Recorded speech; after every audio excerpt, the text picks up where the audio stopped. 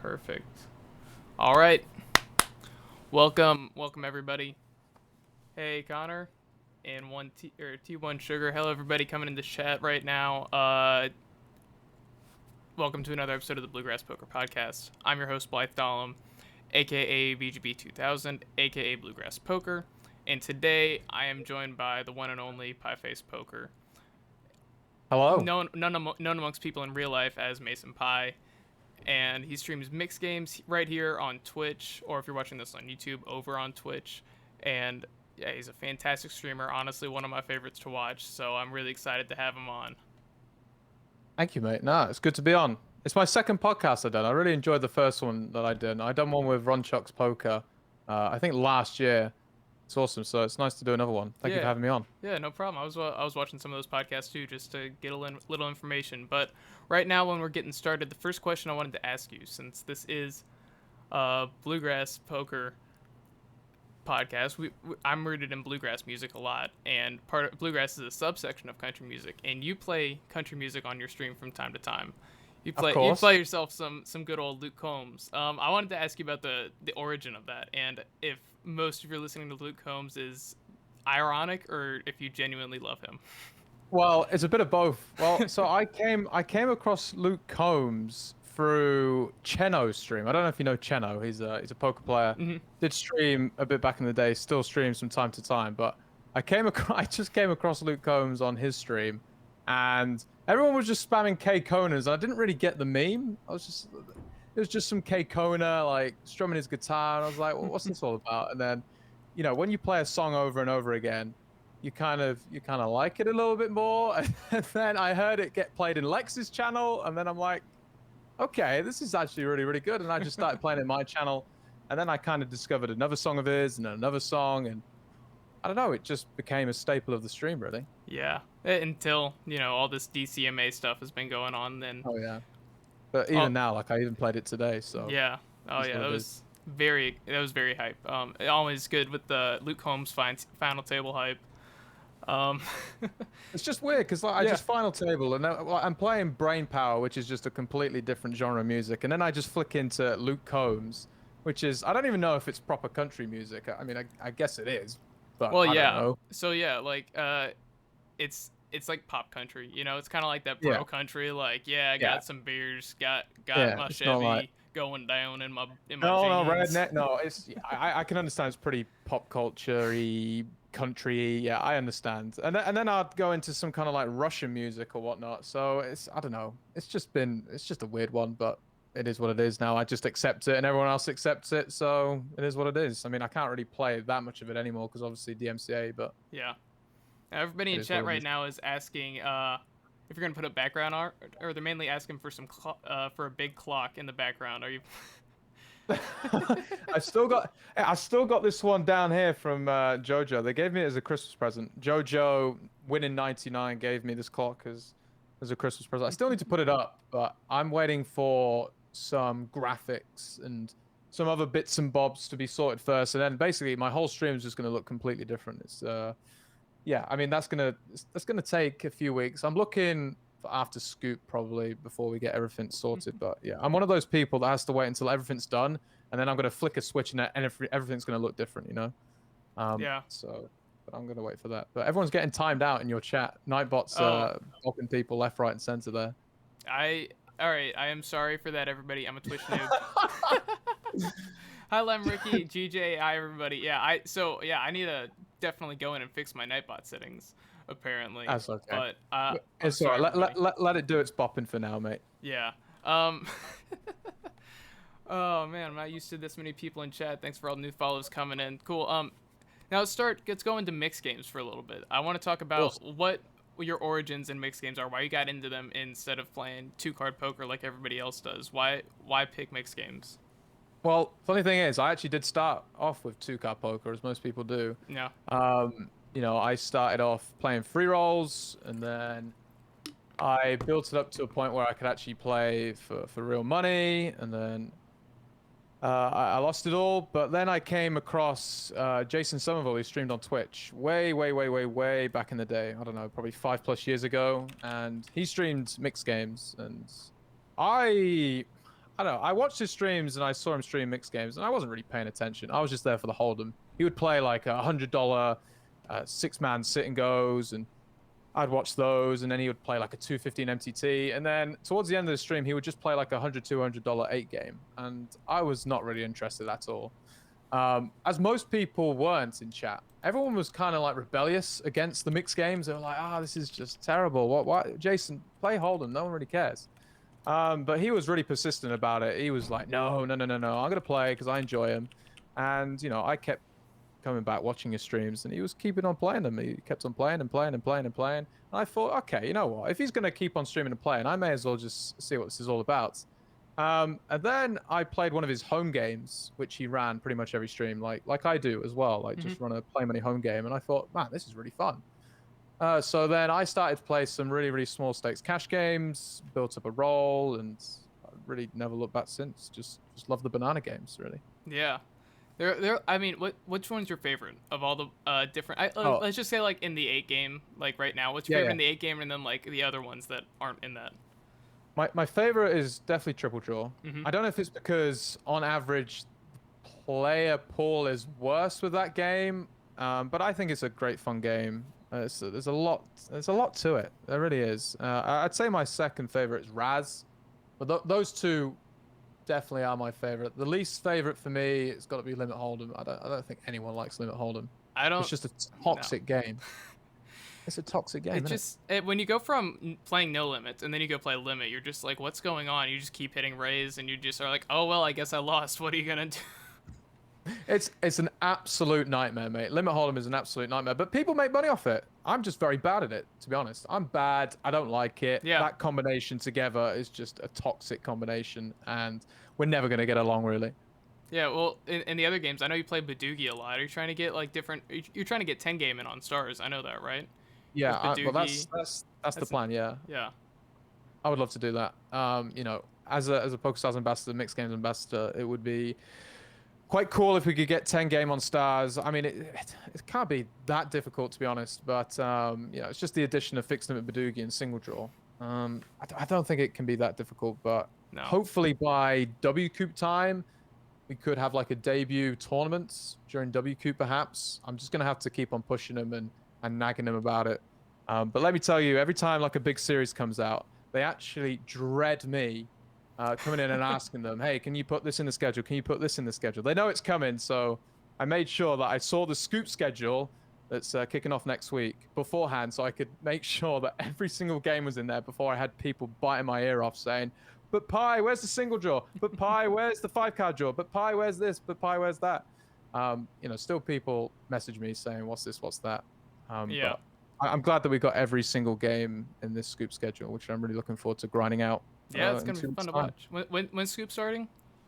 Scoop starting April the 8th, I believe. Let me see. April the 4th. My bad. See, terrible ambassador. Yeah. April the 4th. So what? That's very soon. That's next It's next Saturday or Sunday, I think. Yeah, next Sunday. Yeah. So one more week. Yeah, I'm getting my COVID shot next Friday. So that's looking big. Yeah. But sadly, I'm not going to be able to go play Scoop since I'm stuck here in America. Yeah. Yeah, you've got too much freedom, mate. To be honest, too much freedom. Too much. It's what it is, I'll tell you something that's bothering me right now in my home state, Kentucky. Our governor, like, the state's like been trying to sue PokerStars for a while for literally just operating in America and operating in Kentucky, and it's been going on and on. I'm sure you're probably not like in the meetings for this stuff, but they today I think today in like a press release he called them an illegal online gambling syndicate, and I'm like, you don't know the half of what you're talking about. You know absolutely nothing about poker. Like, why are you trying to sue a legitimate company for operating? Like, it's just driving me insane. Yeah, it's insane. But I mean, there has been some good stuff happening recently in Cape Kona land. Obviously, Pennsylvania had their 1-year anniversary just recently. Michigan just recently come out. Obviously, New Jersey has been there for a while, and I mean, I wouldn't say the future's looking great, but it's looking better. for you guys in K-Kona land. And just hopefully one day we could all get back together and just see the numbers soar once again. Because let's be honest, without you guys, it is not quite the same, is it really? No, you definitely need some. We definitely need another poker boom. We need to get all. We do. We need to bring the world together. Bring the world together through online poker, and all will be right again. For sure. GB I mean, talking about poker booms, obviously, yeah, Chris Moneymaker. But what did you think of Vanessa Cade winning the Sunday Million anniversary last week? I mean, I mean, it's probably not going to be a boom in, like quite like Chris Moneymaker, but no. 215 into 1.5 million, and someone who has been in the public eye recently, I think it's fantastic. Yeah, it was awesome. I mean, just seeing, she's been having that whole thing with Gigi and dealing with Dan Bilzerian and all of that. And it was really cool to see her when that. I hopped into her stream for a little bit when she was celebrating at the end, and it was really great seeing a whole bunch of people talking about it. Even people that follow me that I know aren't in poker were like still like talking about the story, and they were like saying like, "Hey, did you hear about this? That's kind of cool." And I was like, "Yeah, it's awesome." So I think it's something that's great for poker, and I'm just really hoping maybe it can cause another poker boom. Like fingers crossed, but like we'll see what happens. I mean, poker's been growing on Twitch too. There's been some other streamers that have been playing it as well, and Vanessa Cade literally just only helping. Like she just has an amazing story too. Yeah, it was incredible. And talking about Twitch and that, I think it's really, really important if poker is going to grow that, poker streamers and poker content creators reach out to different parts of Twitch or different parts of YouTube, etc., etc. Like a really good example is the whole. I don't play chess, but the fact that Hikaru and Chess Bay are putting together a chess and poker kind of like tournament. Yeah. That's getting a lot of poker players involved, and the fact that the poker community is then branching out to the chess community, hopefully it can just grow Twitch poker or poker in general that a little bit more. But I've never played chess, so I wasn't invited, or I was never going to put myself up for it. But that seems like a really, really cool idea, and those are the kind of steps that Twitch streamers, Twitch content creators are going to need to take. They need to branch out in order to get the game to grow, and it's important to get the game to grow. We want more eyes on the Twitch poker directory. We really do. I think another thing we need too is we need some kind of like Netflix show like The Queen's Gambit. Oh yeah. We need to get some big Hollywood director to come in and make something good. But we need to make sure they make like a good one, not something like Joe got like that Gotti movie or like just a terrible movie. Like it has to have like a real story behind it. I don't know. I'm not a screenwriter. I can't write it, but I'm no director producer. No, I wouldn't even know where to begin with that, mate. To be honest, I don't even know who I'd want to play me. I'm probably the smallest jigsaw piece in this whole Twitch poker puzzle. But do you think they would even make a movie like with mixed games involved in it? Like I'm trying to remember any poker movies that have had like mixed games. There's one. No, there were mixed games and rounders. They did have different stud games. Yeah, I mean, let's be honest. Like the Casino Royale James Bond. I mean that infamous Hold'em hand just had. I don't know, mate. The thing is, right, if you're going to base a film around poker and, there's a massive scene in there, at least, do your research, because that whole scene was a bit of a mess. The way the whole hand went down just did not make sense at all whatsoever. Jojo in chat's talking about Molly's Game. That's another good poker movie. I mean, if Aaron Sorkin wants to direct a TV show about poker players, that it would be good, because Aaron Sorkin's great. Have you ever seen any of his stuff? Yeah, there's been a few good ones. I mean, Rounders is the obvious one that sticks out. I mean, there was another poker movie. It was called Mississippi something. It had like Ryan Reynolds in or something. I don't know. Twitch chat will probably know, but there's some really, really, really bad ones, and the one that sticks out for me is Rounders by far, without a doubt. Everyone always thinks about Rounders, the Teddy KGB. Give that man his fucking money. That whole. I can't do a good Russian accent right now, but no. Let's not go down that route. I actually used to want to be impressionist when I was younger, and I know I used to like try to do like different impressions of like people, and like I've kind of like faded out of that. But yeah, I know when you were younger, you did something really fun. If you go into your chat and type !Lemon, you see a Yeah. video of a young Mason Pie going to eat a lemon. What's the story behind that one? Oh yeah, so this was what's 2021 now. This was about 10 years ago. I think it's actually coming up to a 10-year anniversary, would you believe? Um so I don't know. So basically 10 years ago we had, or coming up to 10 years, we had the Olympic Games in London. And London 2012. And we have a chocolate bar company. I'm pretty sure you may have heard of Cadbury's. Have you heard of Cadbury's Yeah. or Cadbury's chocolate? Hmm. So yeah, they were running a promotion in tandem with the Olympic Games, which I know this sounds ironic, chocolate bars and getting people active and fit, but they were trying to run a campaign to help people get fit, and part of that was helping people or assisting people to break world records. So I thought, that's pretty cool. Let's get involved in that. And there were like 5 world records on offer that someone could break. There was these are going to sound really weird, but stacking coins up into a tower. There was the fastest doodle, which sounds bizarre. I know it is, but that was one of the records. There was the fastest time for a team of 2 to make a bed. There was the fastest time to unravel a toilet roll using one hand, and then there was the fastest time to make a cup of tea. And I tried all 5 of these, and only really succeeded with 2 of them, which was the toilet roll one and the tea making one. And what you had to do with the toilet roll was basically just have it in one hand. Then you know the seal on a toilet roll, you had to bite it off. You had to use one hand, and you had to unravel it and then rip it off using your mouth at the end, and that would have stopped time. And then there was the tea making one where you have to throw tea bags into a mug, put spoons in and flick on the kettle to stop the time. So I done really well in those, and I got world records in both of those.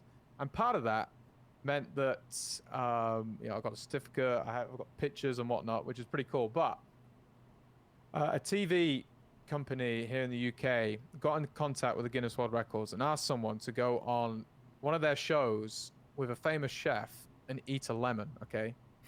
And they decided to pick me, even though I had no experience whatsoever in eating things quickly, let alone eating a lemon very quickly.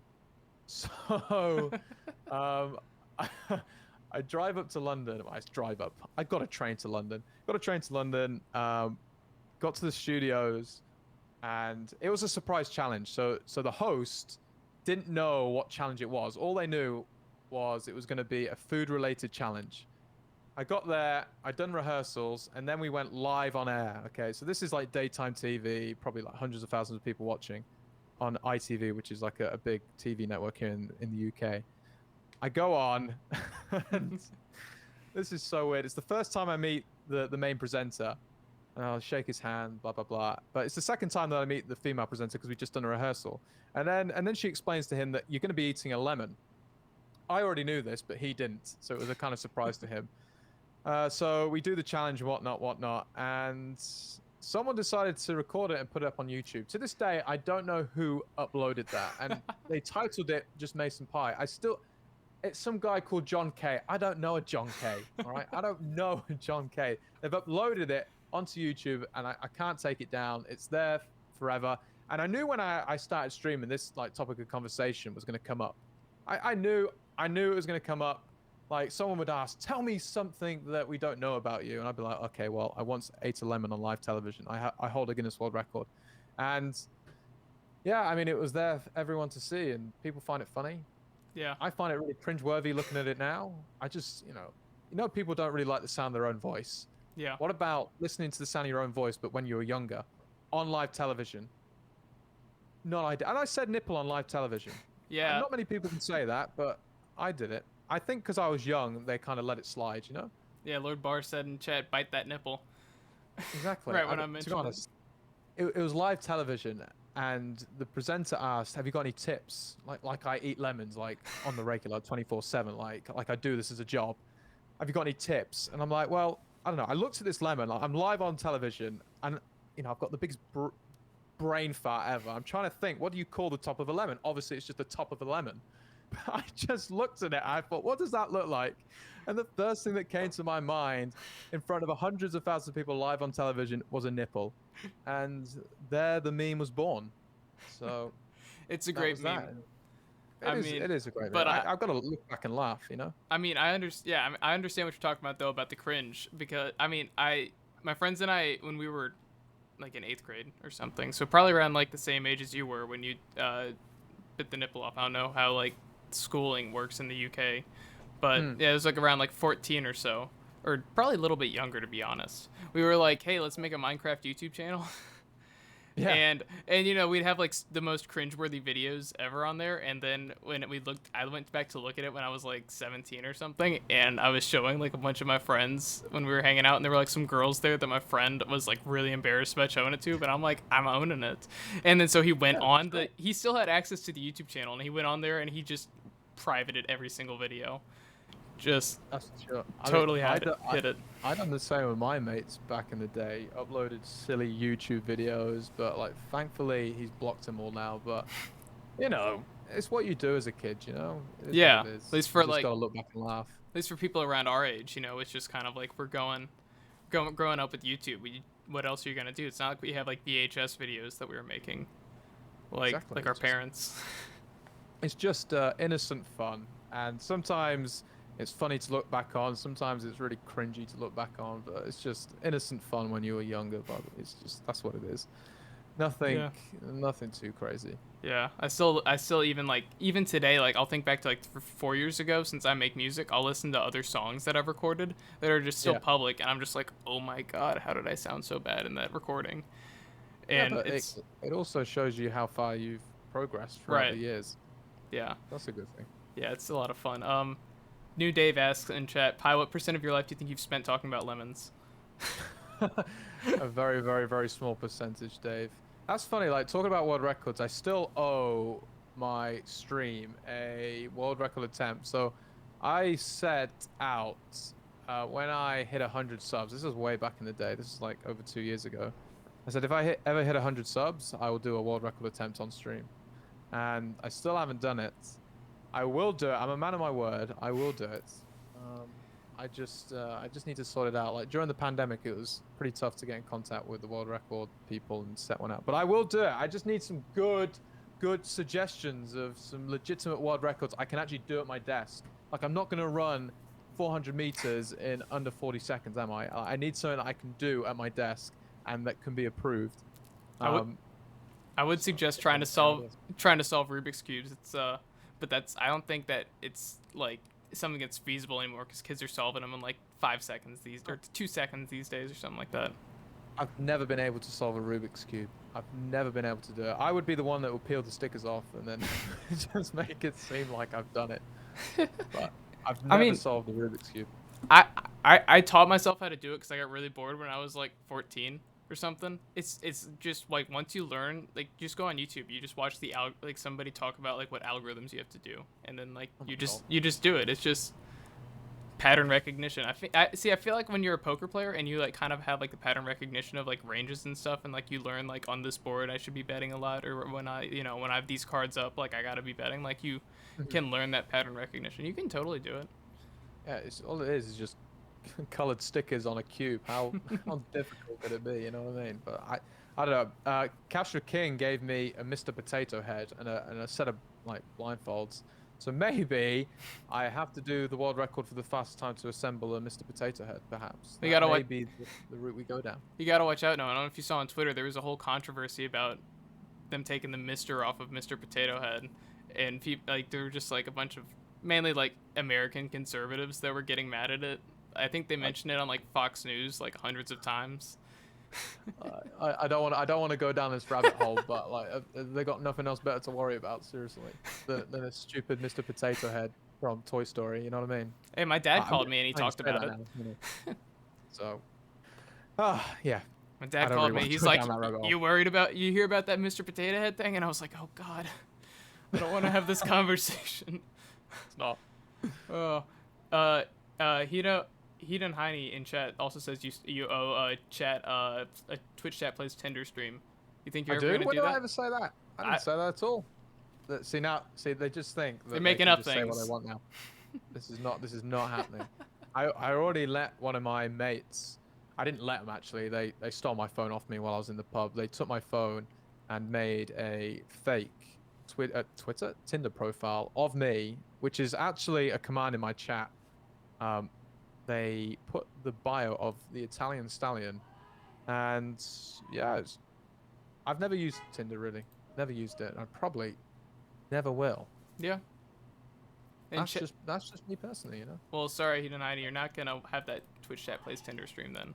No, no, I don't know. I don't think that's a good idea, to be honest. I don't Especially think when it you got is. people like GBR Breakdown around.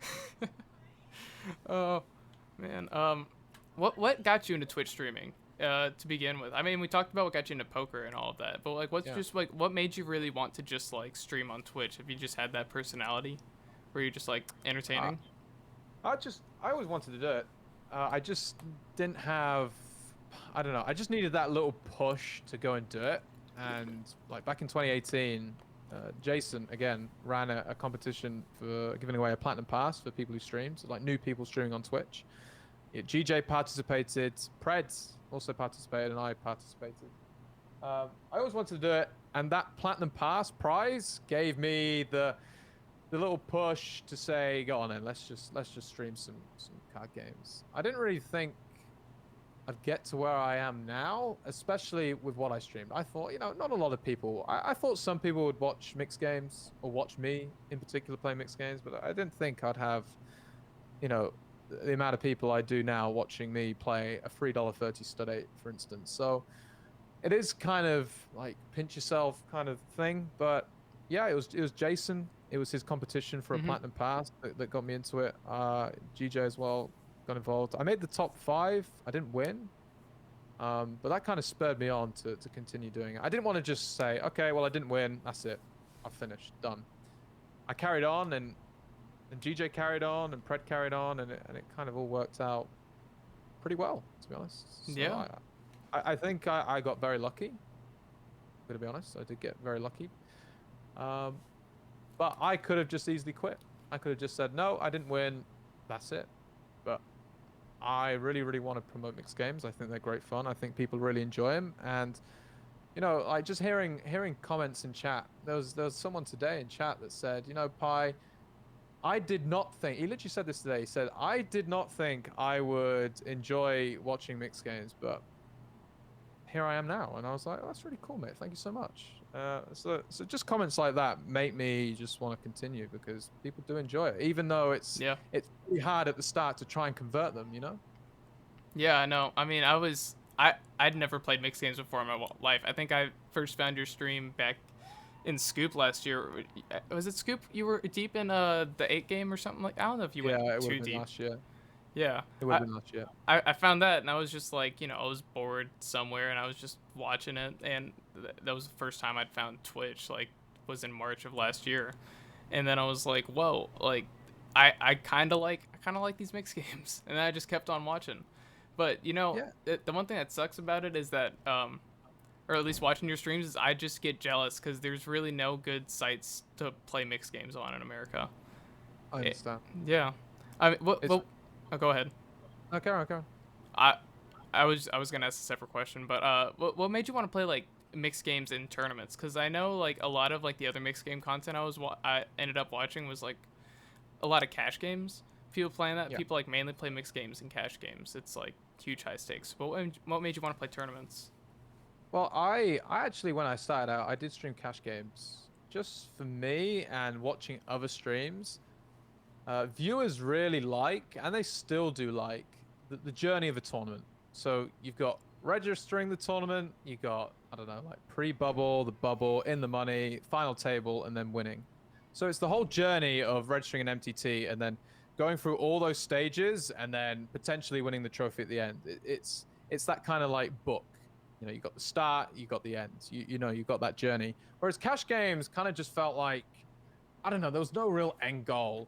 Like, I could have been up $100, and it's kind of there, like, yeah, that's pretty cool, but, there's no real hype moments. Like, I win a massive $100 pot, like, woo, cool, but I don't know. There's just something about a tournament, making it heads up and then winning the trophy at the end. It's like, it's really cool. Even if it is for just, like, $80. Most of the tournaments I play are small micro buy-ins, but that's all that's really offered on the regular schedule on Stars. That's why I really, really look forward to the big series like Scoop coming up. like WCoop, where I can stream those big buy-ins. We can have those serious big money sweats. You know, Finton, Lex, Spraggy, other streamers, they play for 5-figure scores every day. I play for barely 3-figure scores a day. So the fact that we can just hop into a 215 during Scoop and potentially win 5 figures, that's what makes it super exciting. So like during the regular schedule, we'll play all the little small buy-ins and whatnot, and then, you know, we wait a few months and then the big series comes around and then we can play for the big money. But cash games, you know, Ratchet says we like cash too. I agree. I think it's fine streaming it from time to time. However, with cash games on PokerStars, you've got to find the right time. There's no guarantee that any cash games will be running. You don't know if you join a table, it could break instantly. Like, I play a lot of cash off stream, and the tables break very quick. If someone leaves, then everyone leaves, and there's just no guarantee, especially when streaming, that a cash table is going to run. Especially at a... I mean, I don't think people will mind what stakes I play, but I don't know. I really like to concentrate when playing cash games. I can kind of take my eye off the ball when it comes to tournaments for some reason. I don't know, like... But when I'm playing cash, I feel like I have to really concentrate because... I don't know. It just... I don't know if it's because there's more money involved or every chip is literally a cent. Yeah. I just feel like I have to concentrate more. Whereas tournaments, I can just have a chin wag with chat and I can play a marbles race and I can just throw in a spin and go and I can just carry on as normal. But for cash games, I just feel like I have to really concentrate more. And I don't know if I can do that on stream. Yeah, I know. I mean, I've tried streaming. I'm trying to figure out what I'm wanting to stream, and it's difficult for me to stream tournaments, at least with the student schedule right now, because it's hard to commit for like those sometimes occasionally long sessions. But I guess with no limit like cash, especially since like Zoom tables are offered, like Zoom makes it like so much easier because the games really aren't like breaking. You just go into a new table every time. Oh, But I can understand a lot about why the table breaking can be a yeah, lot. Yeah, for sure. Like if you're a no limit hold'em cash game player, like yourself, you know full well you're guaranteed to be at a table all the time. There's going to be something running. If I were to go on the Stars client right now, there may be no tables running at a reasonable limit. Like they're probably showing at 20 cent, 40 cent, but I don't really want to be playing 20 cent, 40 cent. I want to be playing like 3-6, 4-8, 5-10, and there's no guarantee of that happening. So, and I also really want to concentrate. It's not like I'm rolling it out for the future on stream, but I really like focusing on tournaments, and I want to get better at tournament mixed games because they are a completely different beast, especially when you're short stacked. It's a bit of a wild ride. A lot of the time you're very committed after like 4 streets, and it's just very weird. There's so many different dynamics, and I really want to get better at tournament mixed games. It's a completely different beast. Yeah. Do you do much studying off stream for mixed games? I don't know how much content there is out there. Obviously, there's not much compared to No Limit or like PLO. But what kind of studying do you do? Yeah. So before like the days of mixed games training courses, I say that there's only one big training course of mixed games out there. I used to go on 2+2 and kind of look through the forums there and see if anyone uploaded a mixed games hand. I would look at the hand, I would kind of think what I would do, and then I'd look at the other people's responses. But nowadays you've got obviously the Upswing Poker course, which is mainly tailored towards cash games, but now you've got Run It Once, who have a load of videos from all sorts of pros like Stephen Chidwick, Itio Pepe, who's a fantastic mixed games reg, Dylan Lindy, who's wrote a book on mixed games. They've put a load of videos out there, and I'm looking at those videos right now and preparing for Scoop. So, I mean, I watched a George Danza horse review yesterday, and it just kind of blew my mind how that guy thinks about hands. And I'm just trying to apply that kind of stuff into my game right now, and hopefully we can just, I don't know, I just would love a Scoop title in the mixed game. I really would. It would be awesome. So bad. I don't care if it's for 1K. I just want the title, man. I just want to be a Scoop mixed game champion, and that's what we want to be doing this April. That's the goal for the mixed games movement. Yeah, It'd be fun to watch. It'd be fun to be in there in chat every day, just greeting the Scoop mixed games champion. Yeah, I mean, I'd love that. Honestly, I really would. I mean, I don't care about I wouldn't care if it was just for $600. I'm not expecting the prize pools to be huge, but it would be nice just to win a title. I mean, we kind of play all these small little buy-ins to wait for these big moments during Scoop. Yeah. Uh, on that, new Dave asks in chat, Pi, what do you think can be done to further promote mixed games? A series, maybe? For sure. I can't say too much, but um, I would like to do that. Obviously, Dave, you know me. I would love a mixed game series. We have got some good people on the team now. Rax has just joined PokerStars. Ferg has just joined PokerStars.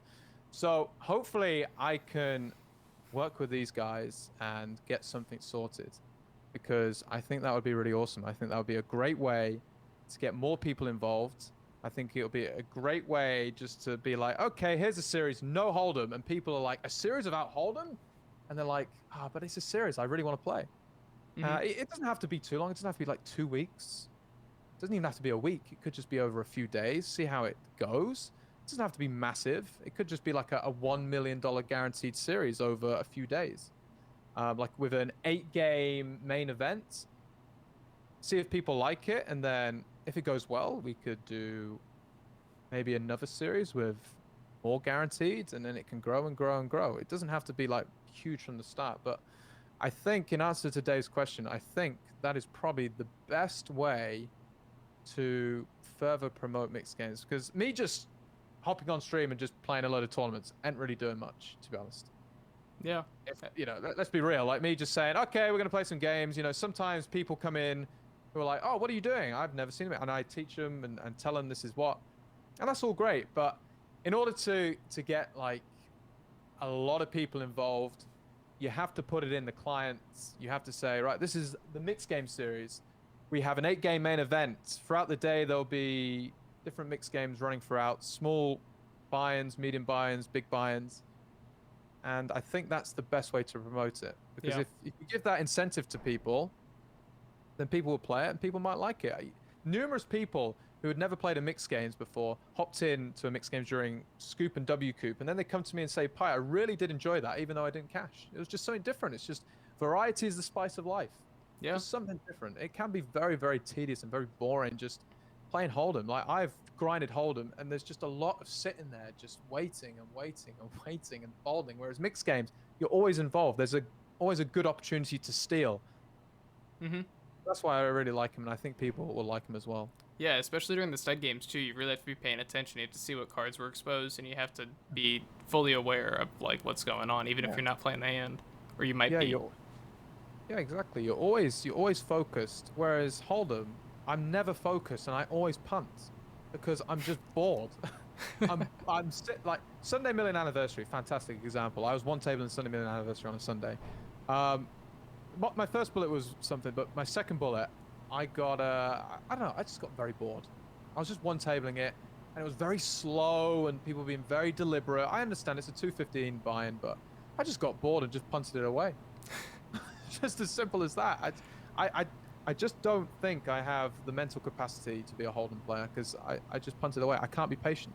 Yeah, I've been in that situation too. Like when I've been playing, sometimes I've played tournaments, or when I do, like I've run deep in one and it'd be like my last table, and then I just can't focus like just on that one table. Like, and then I'll start scrolling through Twitter or whatever. I guess it's like how I tilt, and then I'm just like, oh, I'm not paying attention to this hand at all. Yeah. And then sometimes I'll just boot up more games, even though like I probably should be playing like 5 tables right now because I've been playing for 8 hours straight. But hey, I agree, mate. I agree.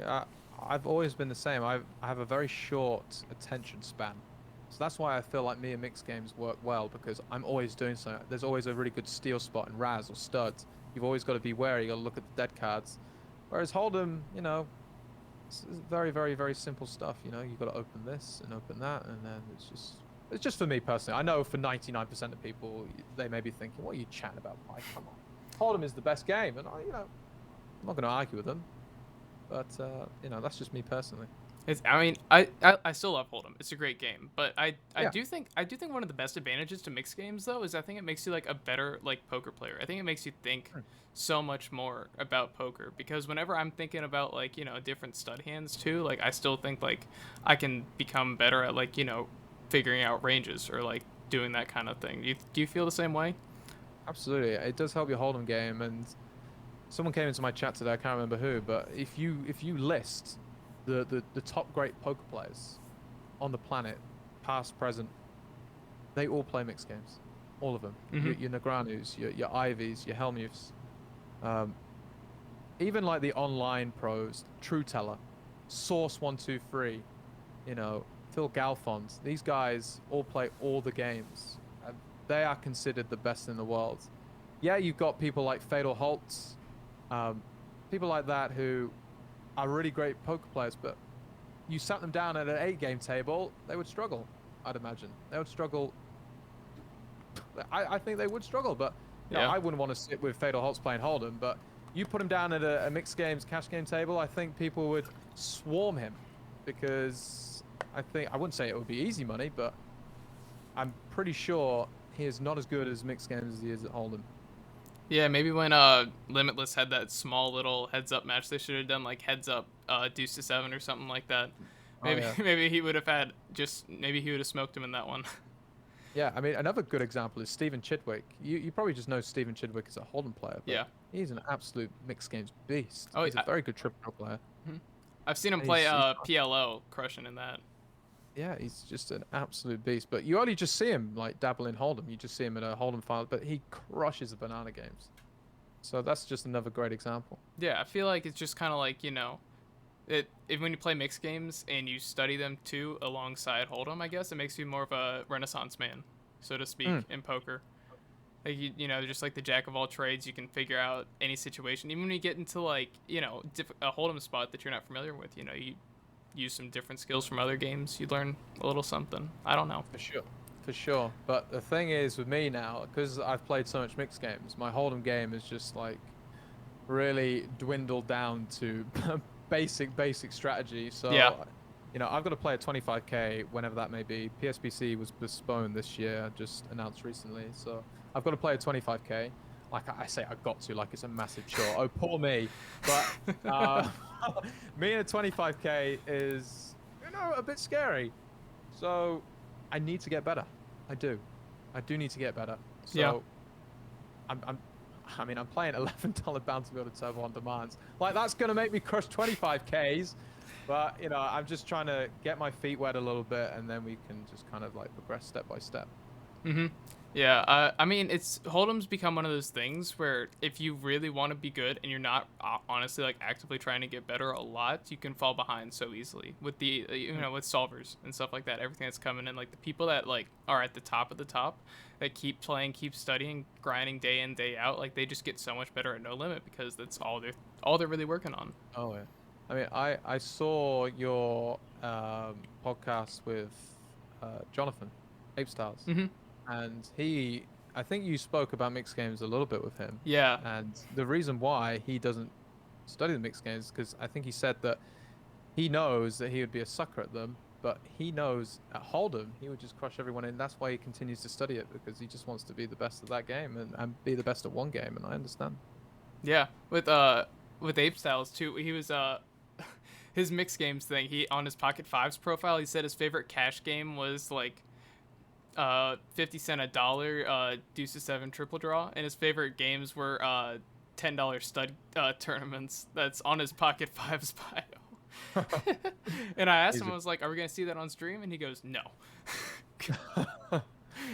I mean, he's a really good example to look up to if you want to get better at Hold'em. I mean, he puts the grind in, he puts the shift in, and if you're an aspiring Hold'em player and you want to get better, put hours into your game, look up to him. He's put in the effort, and look where it's got him. It's fantastic player. Yeah, it's a ton of fun. His streams are a lot of fun too, but I still think I don't know. For some reason, I've just found your streams like some of the most enjoyable I've been. I don't know why exactly that is. If it's the mixed games, I think it's part of the. I don't know why you think that either. I don't know. It's like the mixed games are fun. You get the marbles every hour. You get a little gamble in with the channel points.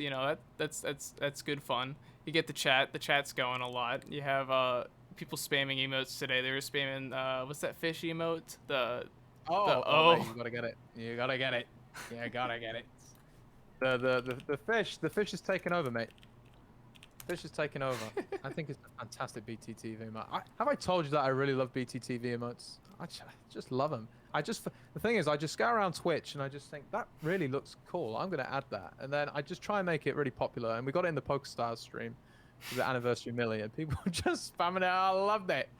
Absolutely. And Lime Ricky hates it for some reason. I don't know why Lime Ricky. It's just a fish. Lime Ricky says hashtag ban shaky fish.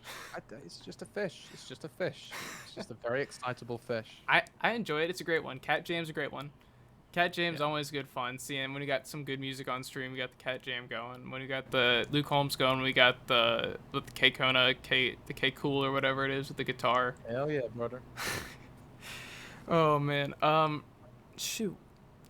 I need to start writing things down more because I totally forget a lot of things that I'm going to ask you. Don't worry, mate, because a lot of the time I just talk nonsense.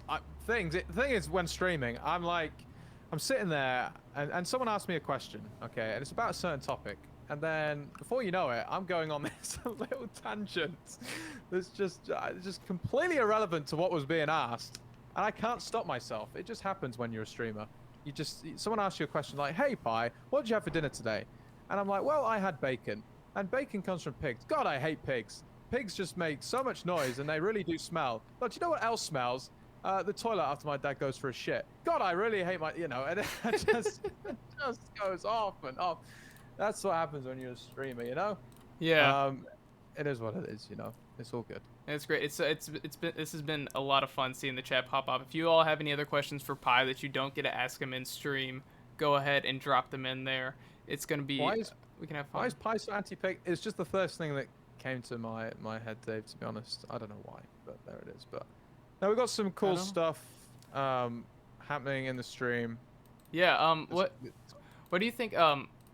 One other random question I've been thinking of is, what do you think is the best way for people who play No Limits or maybe even PLO or both to get into mixed games? Like, how to transition? Yeah, how to transition. Like, what do you think? Like, is the general I don't know what the path is the right word. The path to mixed games. Yeah. So the everyone road plays to Hold'em Damascus. Yeah, everyone plays Hold'em first. It's the easiest game to learn the rules to. Start with 2 cards. There's 3 cards on the flop, a turn, a river. You got to make the best 5-card hand. Pretty simple game to learn, right? Mm-hmm. And then people get bored of that and they're like, okay, I want to add 2 more cards. So they transition to PLO. That's the natural transition. Hold'em to PLO. And then it's not really people get bored of PLO. It's like, oh, I really enjoyed learning a new game. More to the point. And then they think, okay, well, I've learned PLO now. Let me try and dive and see what other games there are. And that's how people usually transition, to be honest. I mean, All in Pav tweeted something today about PLO. He's obviously just a Hold'em grinder and a very good one. He tweeted out today. Let me actually get it up. But I remember the tweet. He said he's loved the great game of PLO. It's like something that gets him excited to learn or something like that. Something along those lines. He said this. He said, the way I feel about PLO right now is the same way I felt about streaming poker in my first year. Pure excitement. What a great game. Now, if people are thinking about that after they learn a new game and they really want that rush, that excitement of learning something new, then that's how they can transition to, say, a different game, maybe like NL08 or PL08, or maybe just something completely different, like doing your 5-card draw. That excitement of learning something new. It's like, I don't know. I wouldn't say it's kind of like going to school, but when you went to maths class and there was a really tough equation, and you never really understood it at first, and then all of a sudden it just clicked, and you're like, oh my god, I got it right, and you're like, oh, let's do another one, because I really like that rush. I'm like, god damn, that feels good. It's kind of like that, really. Yeah. It sounds terrifying at the start, like, oh my god, learning a new equation, learning a new game. But let's give it a go, and it's gonna be tough at first. There's gonna be a lot of bumps in the road, a lot of hurdles to overcome. But when you get there, and you get the equation right, or you win your first tournament in that new game, it's like, oh my god, I've done that. That's awesome. Let's try that again, or maybe we can do that with a different game. And I think that's how people are gonna start transitioning. To be honest, I think they're gonna have to have that new rush, that new feel, for something different, to be honest. So there you go. Richie Rob says your camera is backwards. Yes, I know. It's freaking This Richie is out. this is not me. I am someone else. Mixed games I'm movement standing in. is in reverse. Everything's in reverse. It's really weird, isn't it? It's, you don't know what's real. I might actually reverse though. Maybe this is the reverse me. But, but no, yeah, everything is reversed pretty much on this stream. Can't. This is the right way round. So Huh. that's good. I don't know. I don't understand how cameras work. I don't. Maybe. Exactly. It's I don't know. just very very. It's a confusing. phenomenon. Jojo asked, when did you want to become a Mario player? Yes. I've always wanted to become a Mario player. Now I got Super Mario 64 today. I've got the new controller and I'm looking forward to playing it, Jojo. Wow. Why'd you want to get that? Were you just like bored? You want a new game to play? No, I've always loved that game. Oh, yeah. Super Mario 64 is a great game. I've seen a lot of people speedrun it, and I thought I want to do it myself. Before this podcast, I actually played a little bit, and I was very bad.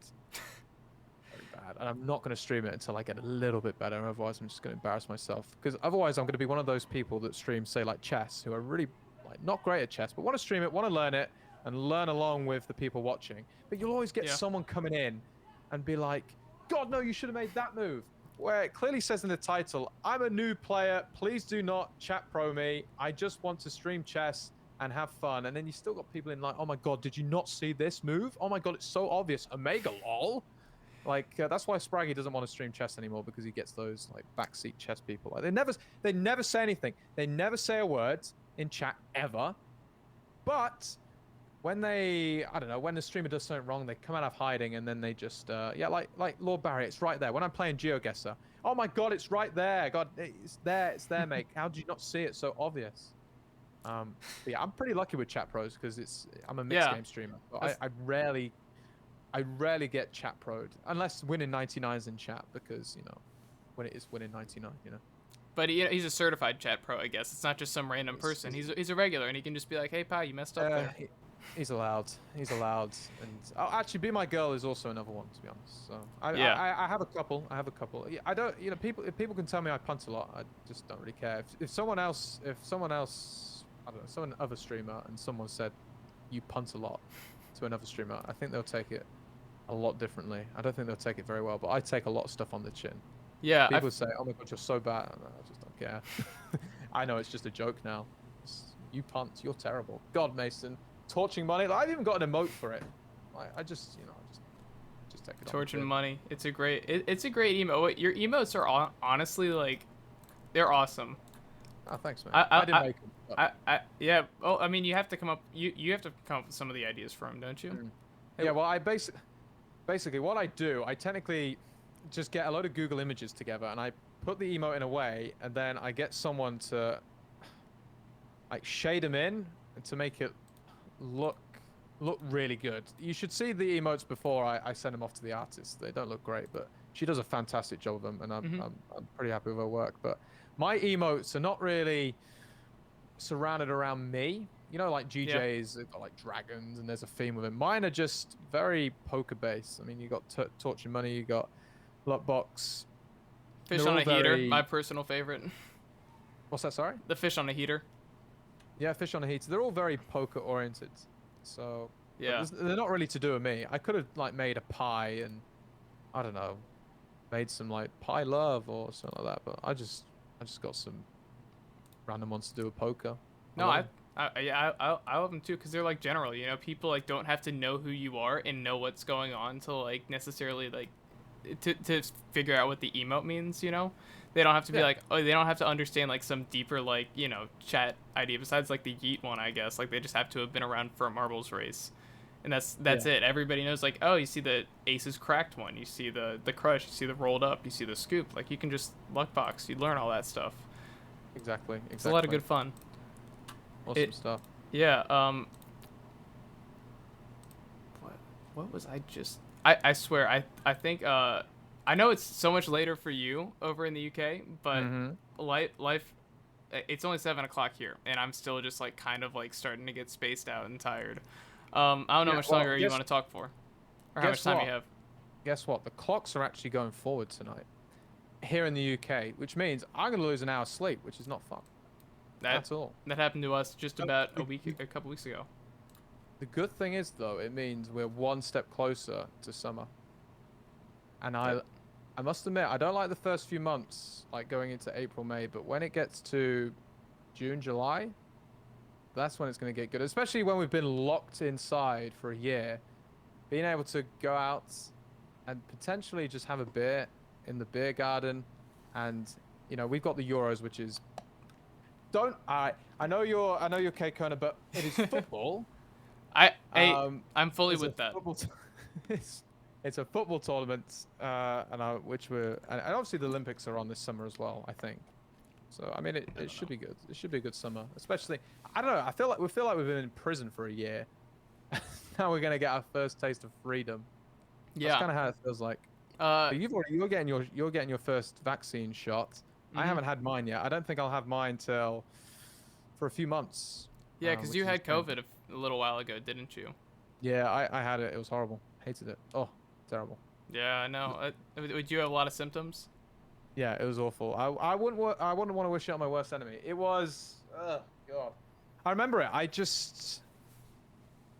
don't know where I got it. I think I do know where I got it from, but I don't want to speculate. But I don't know. I just had a headache one day. I could just come off stream. I had a headache, and I was like, oh, it's just a headache. It is what it is. Just take a paracetamol and just sleep it off. And I got up the next day. I had a meeting, and I was sitting through the meeting, and this headache got a lot worse. Like someone was just bopping my head.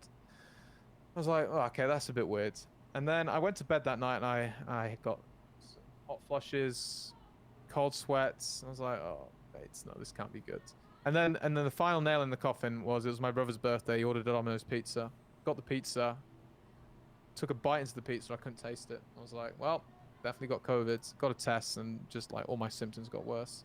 I couldn't smell or taste. I'm not even sure if my smell and taste is 100% back, but it's definitely like so much better than it was before. But it was just horrible. I was just like bedbound. Couldn't get up. Couldn't get up. Couldn't move. Just coughing. I mean, I didn't have it as bad as some other people. Obviously, you see the people in the hospitals that Yeah. like hooked up to ventilators and stuff. So I'm very fortunate in that regard. But it's just a reminder that you know you're not invincible. Nope. Anyone can get it. No, I know. I mean, I, I had that wake up call. Like the first few, I never got it, but one of my favorite musicians, his name's John Prine. He's another country musician. And I don't think you'd want to listen to it on stream because none of it can be listened to ironically, in my opinion. Like he's my favorite artist ever. And then he got it and passed away, and I was supposed to go see him in May, and I was just like devastated. And I was like, well, I'm never going to think I'm invincible again. yeah, no, Yeah. that's awful. I mean, it's crazy. Just I don't know, it just could take you so quick, but Yeah. that's why I'm just saying, we're nearly there now, so just be vigilant, just stay safe. The crazy thing was, we were about to go into, I think I got it from a pub. We were about to go into national lockdown, and I thought it'd be a good idea to go and watch Manchester United versus Arsenal before we went into lockdown at the pub, and I think that's where I got it. I didn't think I'd ever get it, to be honest. I rarely went out. I was trying to stay inside because of it, and I thought, okay, I just want to go to the pub one time, and that's probably where I got it. Yeah. All it takes is to go outside once, and it is what it is. But Yeah, and I have yeah, the downside of being at college right now. So I'm still surrounded by a lot of people, and like Yeah. we're all like trying to stay safe, but like I never know where the kid who's sitting next to me in class has been. No, for Or sure. like, right, I know that I avoid like the frat guys at all costs. So like I'm just like, all right, I know where y'all have been. Yeah, you have it a lot worse. My brother's at university, but he had to come back. But like being in that kind of environment where there's a lot of young people who go venture out a lot, and then you put them into, I don't know, a classroom, a lecture hall, and passing stuff around, that can't be good. What are Yeah. you studying? I study economics. Economics. Wow. Yeah, and I'm minoring in bluegrass music. It's a wide array Yeah. of study. Wow. Yeah. That's awesome. It's very difficult, honestly, but I got into economics, and economics is part of what got me into poker. I pulled this out on the last stream, but this is a game theory textbook that I was reading. That's just like Yeah. abstract, like Nash equilibrium, like in the most basic sense. That I studied like a small amount of in my microeconomics class, and then like I was like, wait, I can study this with poker too. And then I started learning about like all that strategy and stuff, and like just got really into it. And then I was going to do a whole bunch of I was going to do a whole research project this summer funded by my school on poker, studying like different stuff with game theory and mainly no limit stuff, and it all just fell through recently. So now I've got to try to get a job. Wow. So you're quite a five header then, mate. uh, You got a big brain. I don't know. I don't know about that.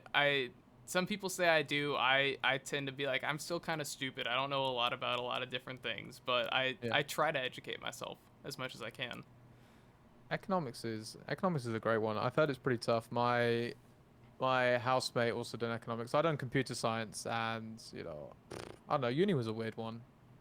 I wanted to go, but looking back at it, I felt like it was more of a holiday than a place where I could study, go and get a degree. I kind of, on my final year, concentrated more on streaming than I did my studies, and it kind of showed in my final grades. I didn't do too well in my exams. I failed my exams, but my dissertation slash thesis, I absolutely passed with flying colors, but my exams I completely bottled. Um, but it is what it is. I'm very lucky to be where I am now. Otherwise, I don't know. I'd probably still dabble in something computer science related. It's just that I wasn't very good and I didn't really enjoy it, to be honest. Yeah, yeah. I mean I know what you mean. I like economics a lot, but there's still some names where I'm like I don't know if I want to study this. And then I'm like, Yeah, well, there are it's days like that, mate. yeah. Did what was I just thinking? Did you how does schooling work in the UK? Like when you go to like I know you have like your lower schools, your we call them like elementary and then like middle school, Mhm. high school or whatever, and it's like primary, secondary school and then university. How many years is that generally, and what age are you going to each Yeah, one? so you have primary school, which is like 4 years old up to like 10, 11 years old. You have secondary school from 11 years to 16, and then you can take 2 more years of education called sixth form, A levels, up to 18, and then 18 onwards you go to university for 3 or 4 years. Um, it's weird because now a lot of people are going to university, which means that degrees are becoming less valuable, and it's more about experience. And that's where we have like apprenticeships where you go and like after school, not after university, after like you've done your A levels or whatnot, you go and do an apprenticeship, which means you learn a trade, but at the same time you earn money. And I think that's probably the best path for, well, I mean, for me personally, looking back, I think that's probably the best path for young people right now here in this country. But Yeah. a lot of people are going to university because they feel like it's just the next step, just in your education. And people are not really thinking about it. They just do it. And I'm probably guilty of that as well. I just was like, okay, well, it's just the next step in my education. I'm going to go to university. I'm going to study a course which I thought I was good at. Got there and I was terrible. Everyone else is so much better than me. I wasn't really comparing myself, but it does sound like it. But I just clearly knew I just didn't fit here. I was just like, I don't really enjoy coding.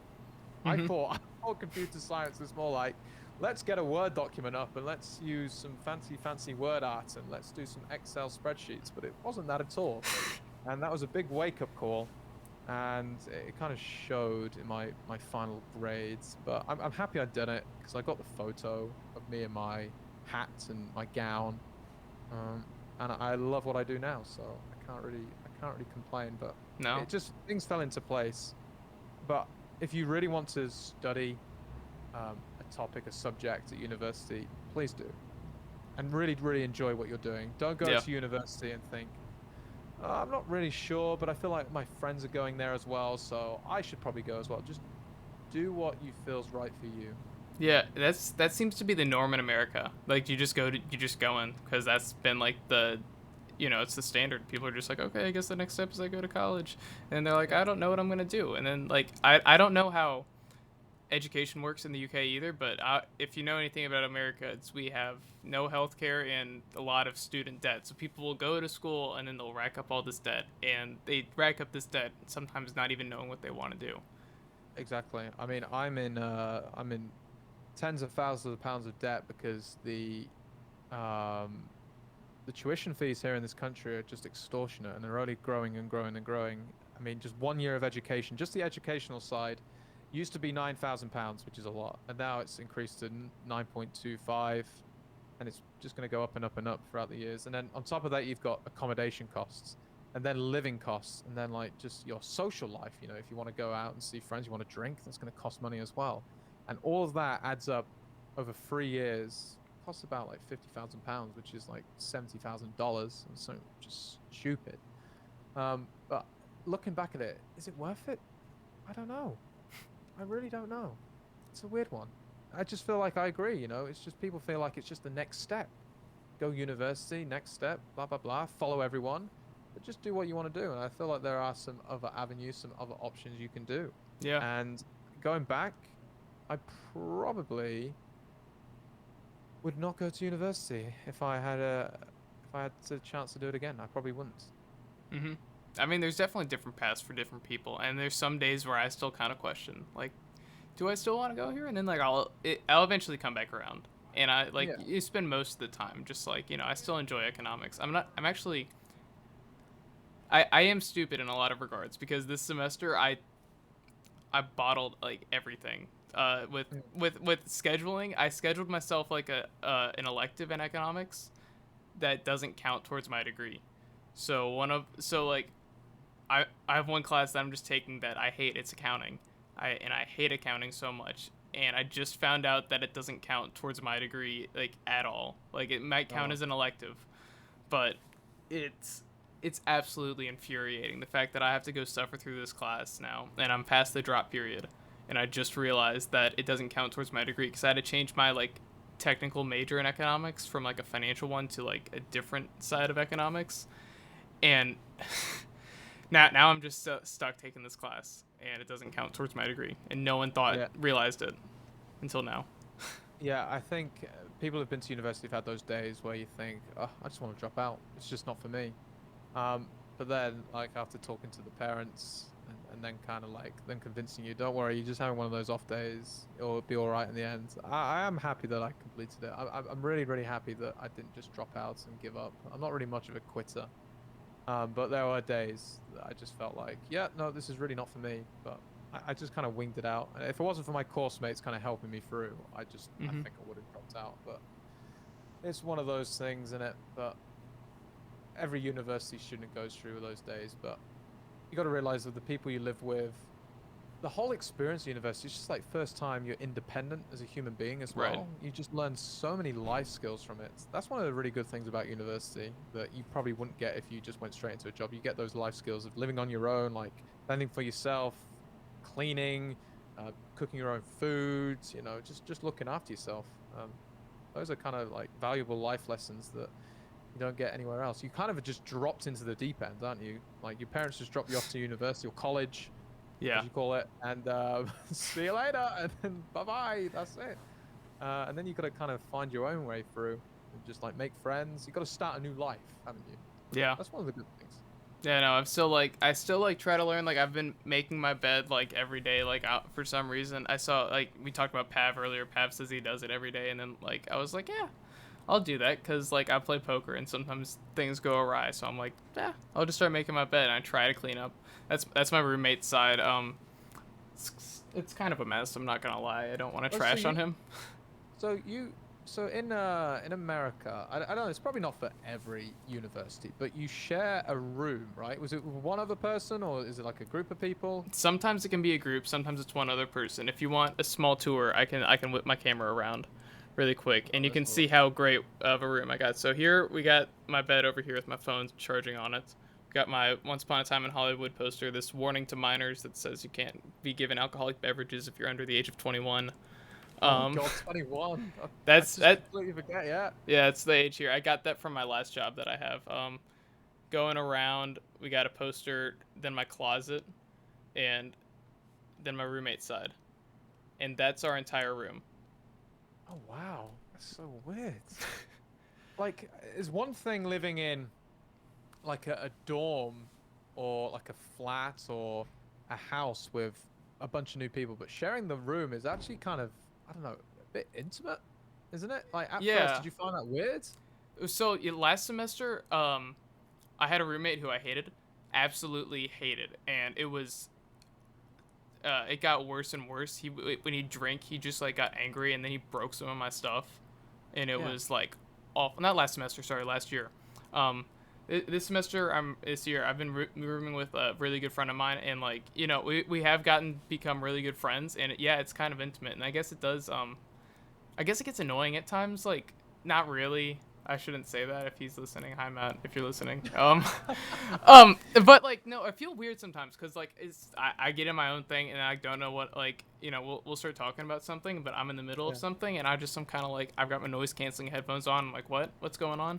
Um, and then he has a girlfriend too, and so sometimes he just needs the room to spend some alone time with his That's some girlfriend, quality time. Yeah. and then I just have to go become a vagabond, just wandering aimlessly somewhere else, hopefully hoping that one of my friends will take me in.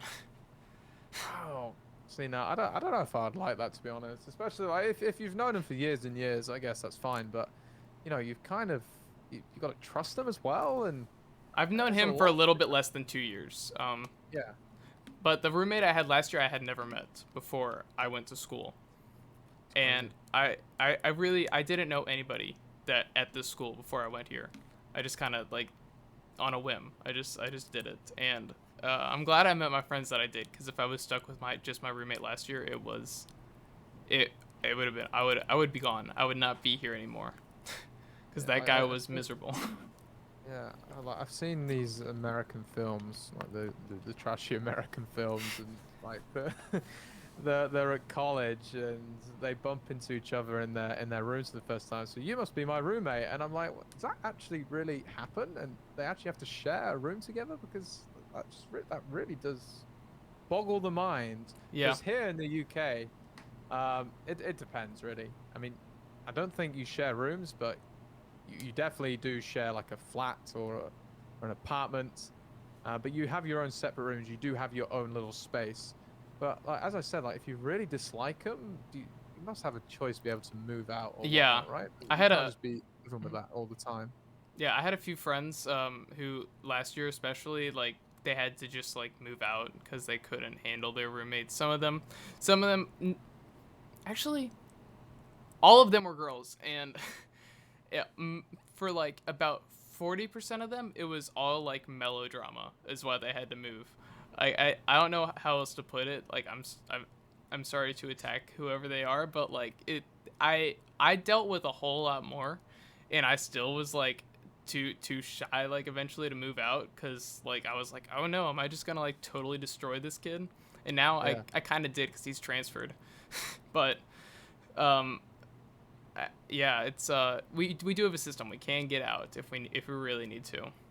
Okay, good, because you don't feel like you're trapped. Because that can just ruin the experience. Like if you're paired with someone that you just know it's not gonna work, that could just ruin the whole experience Yeah. immediately. It I mean, it really didn't work at all with my roommate last year, but I was like I just felt so bad for him. And I still kept rooming with him even though I probably just should have gotten out of there as quickly Yeah. as I could, but I just felt too bad. Oh well, you live and you learn, right? That's true. That's exactly true, mate. Jojo's been saying in chat that you make your bed at uni every day. I don't know if that's an older meme that you guys had, but he was asking if you. He said earlier too if you made your bed at uni every day. No, the thing I do, I just pull the duvet back a bit. I don't tuck it in or anything. It's Yeah. apparently very unhygienic to do that. It's true, true story. What to make your To bed? like tuck your bed in every day. As crazy as that sounds, it is because it just keeps all the bacteria trapped in there. And there you go. Every day's a school day. Well, now I'm gonna just go ahead and untuck this thing really Just- quick, just like. all that back. And I do have the problem. See, like it's so small. I got the fridge like right there. Is it And like a mini fridge? it's a mini fridge. I got my Coke right in there, which I need because I need a lot of energy right now. I'm so tired and I'm Mate, you can going just out. lie in bed. You can lie in bed, right, and you can stock that mini fridge with just chocolate bars and Coke and all that Yeah. kind of stuff. What a life. Got. My uni room was never as cool as that, man. Mine was like a prison. Mhm. That actually looked kind of spacious. You can actually walk around. I You know, mean- I'm not that tall, but my head hit the ceiling in my place. It's just awful. I'm not gonna be able to Thank- hear you for a second, but I'll show you how far back it goes for perspective. Like it's not that far. Like it's like here. It's like 4 steps. It's like 4 steps there, and then like here's the door. Another 2 steps. It's like I don't know, Yeah, it's 20 feet or so. Here. still definitely spacious. It's not that spacious, but I also wanted to show off this little beauty right here. I ended up getting. Oh, look at that. It's a Legendary. I've been wearing this around campus, trying to spread awareness for the movement. What is the? Just saying, what is that, mate? That's what people have said. They're like, I have no idea what your hat means, and then I'm like, well, let me tell you about poker first of all, and then I'll tell you about mixed games There you go. and yeah, streams. I mean, Lime says when I was going to college, I moved into a townhouse with 2 guys to get an affordable room, and I ended up living in a storage closet, like Harry Potter, just underneath the stairs. Lime just A just storage tucked away in there. closet. They had to like hide you away so when everybody else came over. Gosh, Yeah, just tucked her away. Lime's a very, very small lady, so that's probably why Lime. I wouldn't take it. I wouldn't take it too personally. oh man, I wish we at my school we're weird. I go to a really small college compared to some, and most people don't live off campus, but some people do, and we like buy houses. But like, I probably won't do that. But what did she say? Lime said it was a storage room with no windows. It's great for sleeping in. Yeah, I guess you Yeah, fresh air. never have to wake up, or don't have the sun wake you up. Which I mean isn't a Shoot, problem in my every room. night's Lime. I mean, our blinds are broken, so the sun like every morning like just hits me in the eyes, and I'm like, great, I'm not ready to be awake. And Then- how are lectures being done? So I assume everything's online.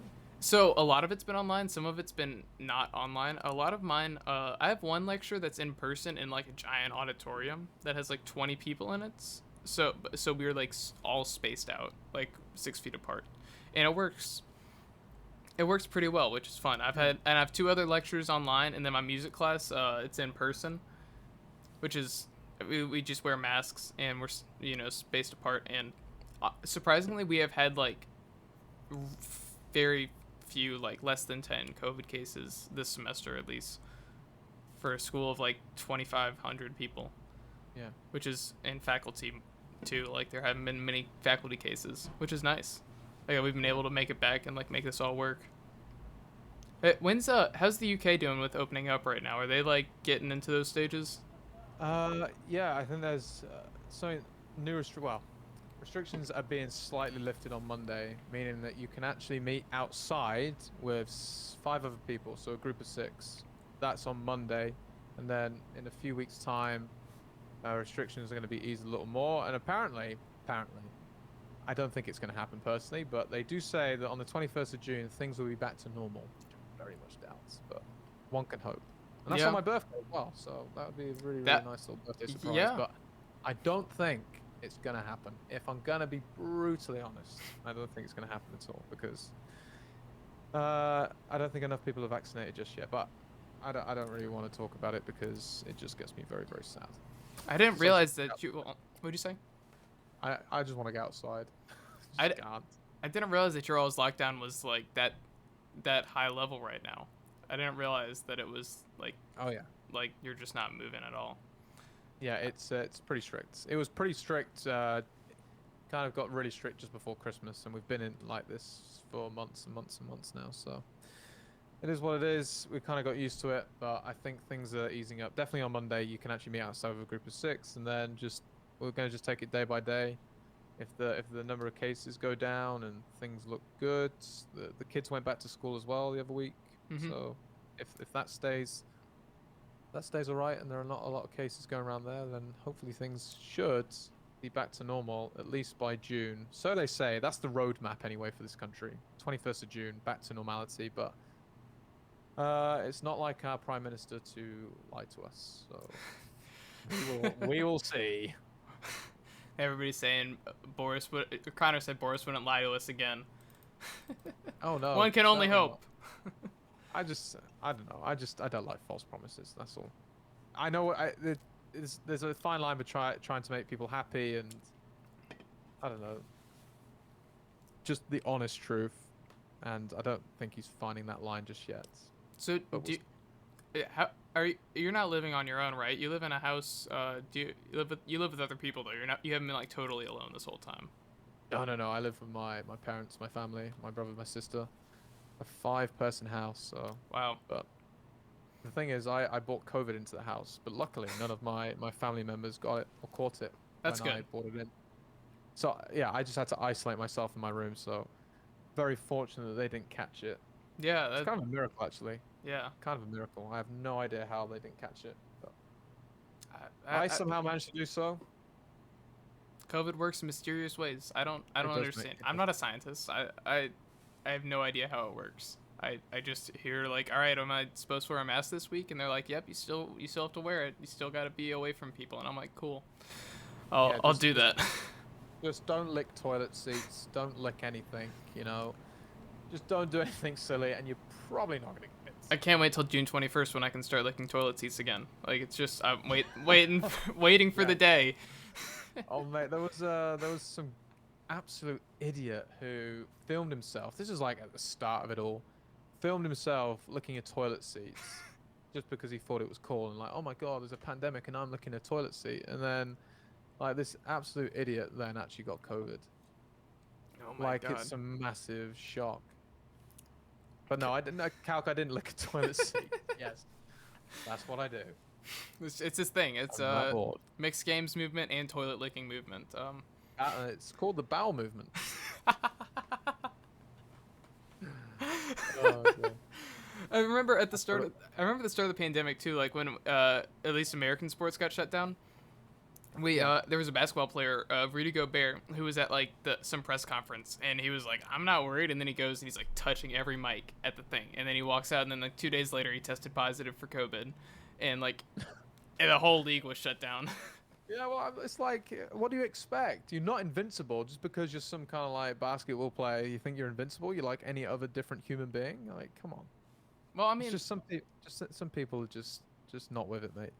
we Just did. not with it. I guess we just didn't know for like a while. Like if this was like in the first week of March, like right before like we weren't even in lockdown yet. So I guess no one really knew what was going on. But still, like he it was very stupid of him to do all that. And then like his teammate caught COVID, and he's like, I still can't forgive him for it. And it's like, yikes. Yeah, just silly people doing silly things, mate. Do you You can't stop them. They'll still do it in the future, you know? You had that whole phase of people eating, like, washing up tablets or, like, washing machine tablets. Yeah. Thinking that was cool. Like, I mean, come on. Like, what goes through your heads? I don't. What- I hope what that you many eat? people didn't actually do that. I hope too many people didn't actually do that. Like I thought it Oh, was. no, no. What do you call them? Tide Pods? Yeah, the Is that type. what you- I mean, I've got those right there. Those are some like laundry pods right there. Yeah, like, honestly, people did do that back in the day. They just ate Tide Pods. And I was just like, I'm what? What is the point? Like, what I'm going to do? Clap? Like, honestly. Toothpaste on nipples. Yeah. Oh, that was it, wasn't it? What? It What was the weird- toothpaste on weird. nipples? Is it? Yeah. What? Who? There's it- some weird stuff out there, mate. There's some really, really, really weird stuff.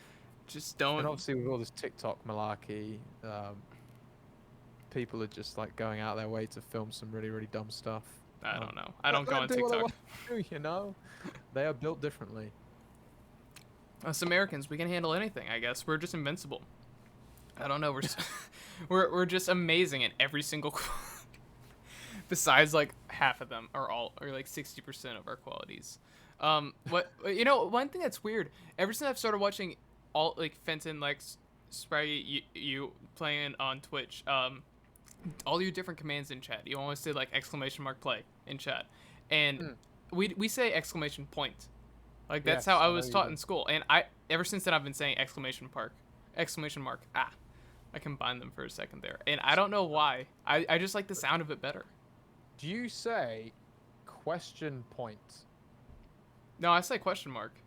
There you go. Yeah, that's why I think it's better. I personally think it's better. I think we Americans need to stop calling it an exclamation point. It's stupid. I hate it. I hate it now. Ever since I learned that exclamation mark was a thing, I'm just like, it's so much better. Yeah, because like you wouldn't say question point. That doesn't make any sense, you know. How about using meters? Oh I God. mean, I wish we were on the metric system. I do, but I don't. I can't do it. Like I still like. I remember when I visited Europe and when people were saying like, oh man, it's killing it outside. It's like 36 degrees or something, and I was like, okay, brain's gotta convert that really quick. And then I'm like, oh yeah, because we're if you know anything about Fahrenheit, it's like Oh yeah. 90 degrees is hot, and Yeah. That's like that's all 90. Let's that's say 90 degrees. I'm like, that's impossible. that's like 90 almost degrees? boiling. Yeah. I'm like, you'd cook. But then again, like on the flip side, we have when weighing, we have stone. I don't understand stone. I can understand like grams, kilograms, and that stuff, but I don't know Yeah. what stone means whatsoever. Like I've heard Fred talking about something like that on stream sometimes, but I just Yes. what's that? I have no idea what stone. Yeah, so like stone, you would just say kilograms. I weigh like 80 kilograms, whatever. Okay, but here we say I am 10 stone 2 pounds, and I think I'm gonna sound like an idiot. I think it's 12 pounds to a stone. I hope, or is it 14? Quickly, just going to look. How many pounds in a stone? 14. God damn it, knew it. For- It's uh, 14. It's close. I mean, most of the American viewers who might be watching this at some point don't. They wouldn't. They'd be like, yeah, 12 seems about right, but hey, 14, we got it. Look, you have your way of measuring temperature. You have your way of doing this, but then we have stone, so it kind of works both ways. We're both silly, aren't we? I guess We can't find a normal measurement that we can all agree on. we can't even agree on what's really football. I guess. Oh, exactly, but actually, no, we can. We are right. You are wrong. I honestly, I totally agree with you, in the sense because Yeah, why? American It's football, great. you rarely use the foot. You rarely use the foot. Yes, you don't. You don't. It's hand egg. Egg ball. It's hand. Yeah. I've never I guess hand egg works better. It's hand. I don't know if it's an egg. 'Cause it's not. something, isn't it? I don't know what it is. It's a ball, but not a ball. It's like it's like somebody was like, hey, you want to make something that's like a ball that nobody will ever be able to use like another ball, and somebody was like, Yeah. what? And then they made it, and then they made a game out of it. It's the same like the rugby ball. Have you seen a rugby ball? Yeah. Yeah, it's kind of like that. It just bounces in all kind of weird and wonderful ways. But I don't like rugby. I really just dislike rugby. I don't know. Yeah. Just can't get into it for I- love nor money. I tried to, but I can't. I watch more American football than I do real football. I guess I'll concede to that. As Yeah, that's fine. I mean, I- you live I in think it's true. Cape Conaland. I think we should call. I think we need to come up with another name for football, or we should just call it American football and then call soccer football, because I hate the word soccer. It doesn't make any sense. It just Yeah, I don't know where they it- got it from. I think they actually come from us. That's the ironic thing. Really. I think so. Someone may correct me on that, but I think we actually come up with that term. Oh, Connor 88 is 88 whatever. He says you can sock the ball around, because you sock the ball Yes. around. Of course. That's what we do. But 'Cause you- I know you're an Arsenal fan, like, Yes. and I don't follow the Premier League whatsoever. I've tried to in the past few years. I've picked a team that got promoted because I don't want to be like a bandwagon or whatever. And then like every single year, that team that got promoted like would fall back down, and so I just kind of like lost hope in it. Wait a minute. So the team you were supporting just got relegated. It got relegated like every season, and I was just like, well, I can't just keep doing this to the people who are actually fans of these teams. Like, it's just I'm killing their hopes. I'm like, the bad superstition for them. Like, I think it was like the first year was like Norwich, and then they got Oh my god, I love the way you say that. Say that again. Norwich. That's incredible. I don't Honestly, even know what I'm incredible. saying. Hold on. Now you say it. Now you say it. That's not. It's Norwich. It is Norwich. That's incredible. I love that. No, it's Norwich. Norwich. Norwich. Norwich. Norwich. Norwich. Yeah. The way you said that is actually kind of funny. That's I mean, great. That made me smile. I guess I was a fan of that team for an entire year, and I never pronounced the the name right. And then they got promoted again, and I was like kind of into them for a little bit, but then I can't get into it. Can you get into? Do you ever watch American football? You ever get into it? I watched the Super Bowl. Yeah. You know, I was talking about American football and the NFL just before the Super Bowl this year on stream, and I was like, why don't they just call it the semi-finals? Like, you call it the playoffs or something like that, right? Well, yeah, because Or it's semi-final? so there's so the playoffs start, and it's like a bracket of I don't know, like 8 teams or whatever, and they all play down till the Super Bowl. And so like you could call it the semifinals, but that would be like they have the game before that is like the conference championships, because they're divided into two conferences, the NFC and AFC, which are just like arbitrary. Like there's no rhyme or reason why any teams in the NFC or AFC, as far as I know. But yeah, they play, and like so the winner of the conference, each conference plays each other, and then that's why it's the Super Bowl. Like so, if you call it the semifinals, that'd be weird because that would just be like the NFC and AFC championships. Right. But Okay. yeah, That's what I couldn't wrap my head around. I was like, but surely just the two games before the Super Bowl is the semi-final, and then the 4 games before that is just the quarter-final, and then that's how I thought it worked. But obviously not, and I was taught a very good lesson to not call it semi-finals. People were like, "Omega lol, semi-final? You British nobody." you don't. Yeah, you don't But know anything. You can't even. You're yeah, not even. you are terrible. But no, I watched the Super Bowl when Yeah, it's on the TV. But that makes you know, sense.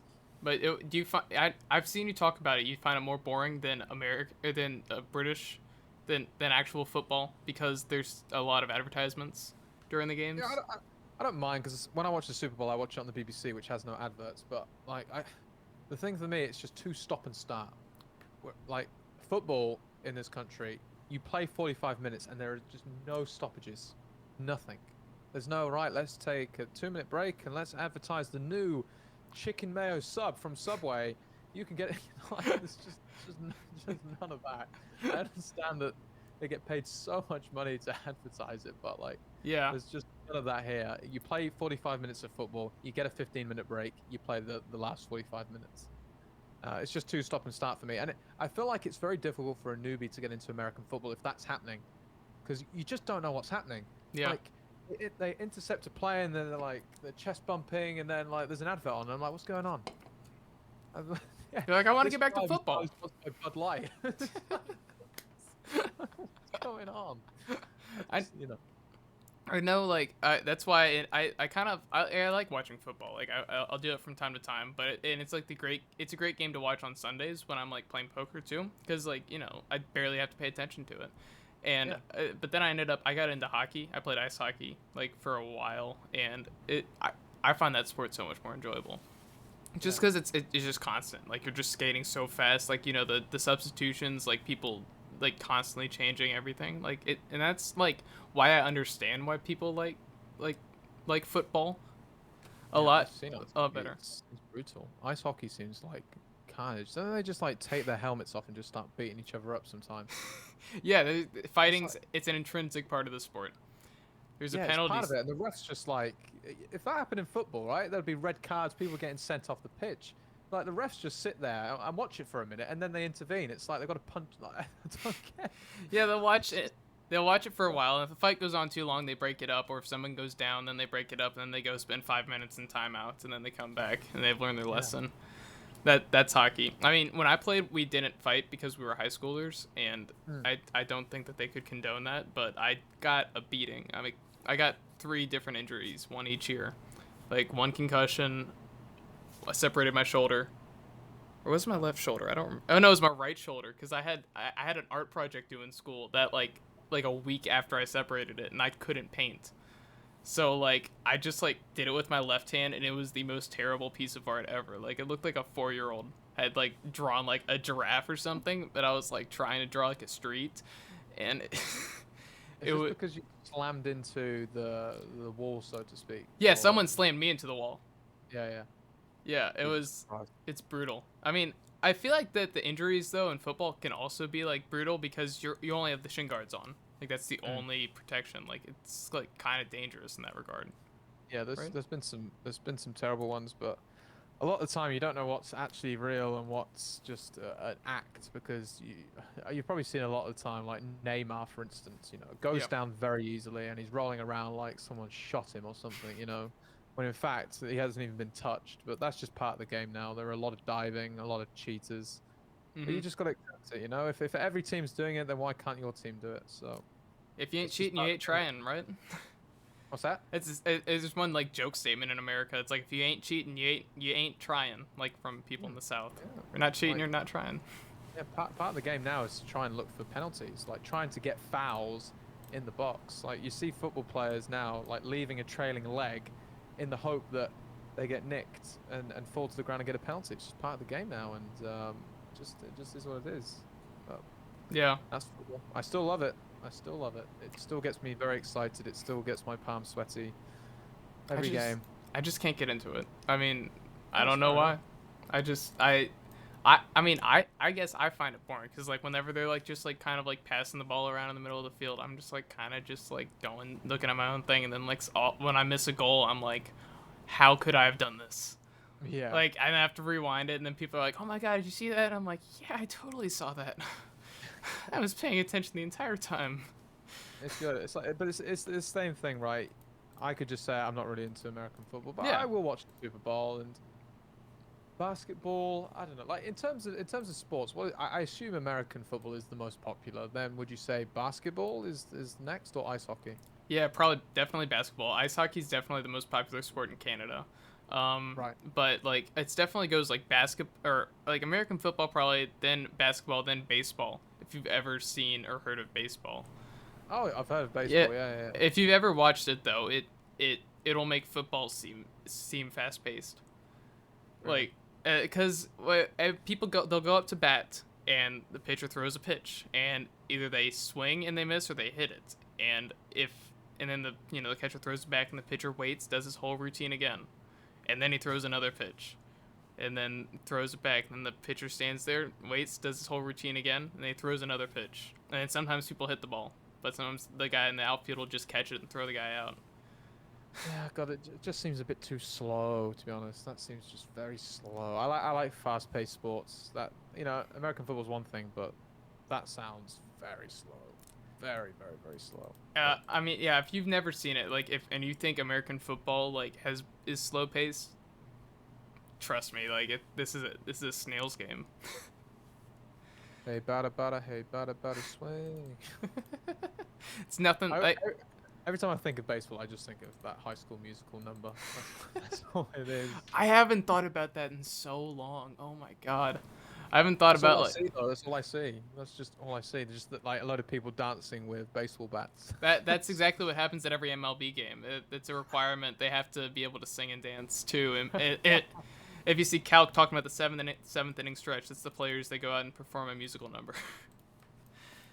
I'm doubling Can't be down a on that thing. bit.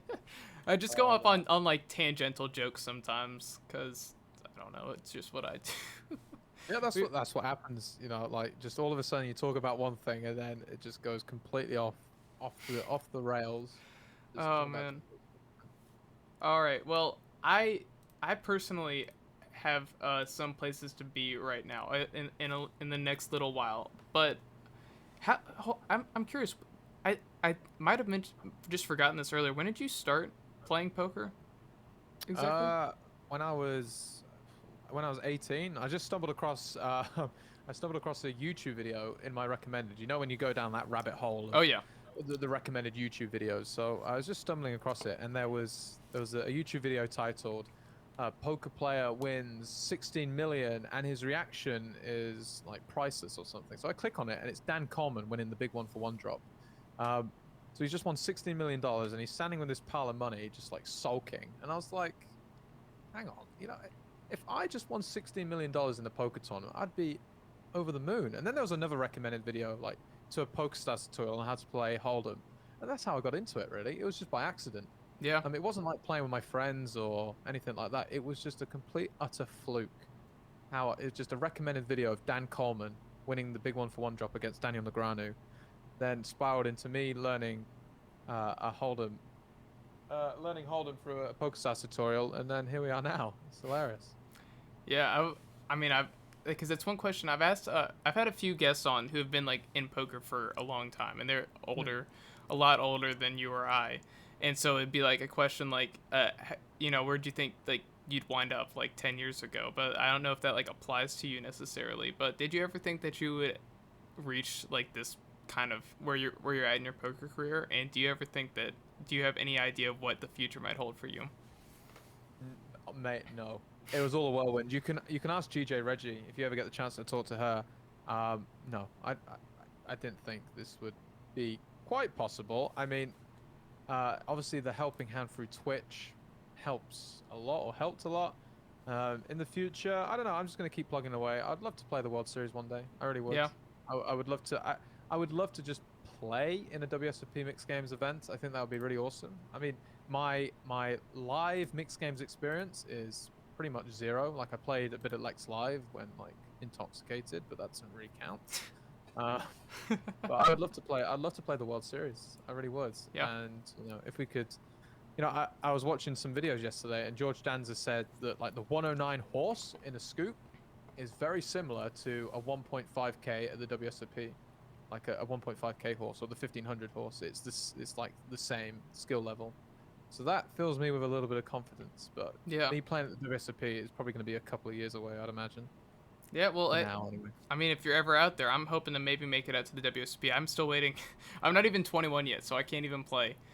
I can't even Oh, go. you're not even 21? No, I will be 21 in the next in a few months in August. And Hang on in there, mate. Hang on in there. I know what it's like to be too young to do some things. I know, I'm haven't. not even allowed on the PokerStars channel anymore. Too young for that. Sad. Wait, what? You can't make it. I can't. I've got to be 25 to What? go on the yeah, I've got to be 25 to go on the PokerStars channel. That's So, absurd. just as you thought, I'm old enough to do anything and everything. They hit me with this, and now I have to wait until I'm 25. But yeah, What- wait until 21 comes around, mate. You're gonna love it. Wait, so you're not allowed to go, but you're still allowed to be sponsored by PokerStars. You're just not allowed to be on Yeah, their yeah. channel. I'm just not allowed to be the face. That's I'm not allowed to. Yeah, I'm not allowed to. I'm just not allowed to be on the main stars channel. that's That's it. strange. That's really strange. That's just law, mate. It's not their choice, unfortunately. It's it's just the way it is. I've just got to age like 3 more months, and I'll be back. Yeah. Hopefully. JoJo says in fine. chat. Oh, what'd you say? That's why me and GJ haven't been doing dual streams lately, or haven't been doing commentaries because of this. So That's really a shame. Honestly, like it's. it's okay. What are you gonna do? But though, like, What are you gonna do? I can't like magically age. yeah. JoJo Yeah. says come to Lex Live. I'd love to come to Lex Live. Or if Yeah. well, I mean, plane tickets for me to get over to wherever Lex is doing Lex Live is expensive. Plus, we just have to wait for Lex Live to happen.